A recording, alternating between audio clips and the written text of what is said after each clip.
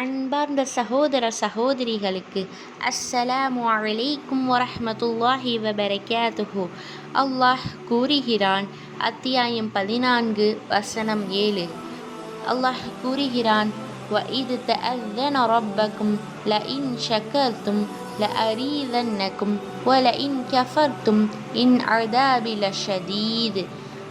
உங்கள் இறைவன் உங்களை நோக்கி, இதற்காக நீங்கள் எனக்கு நன்றி செலுத்தினால் நான் என் அருளை மேலும் உங்களுக்காக அதிகப்படுத்துவேன்.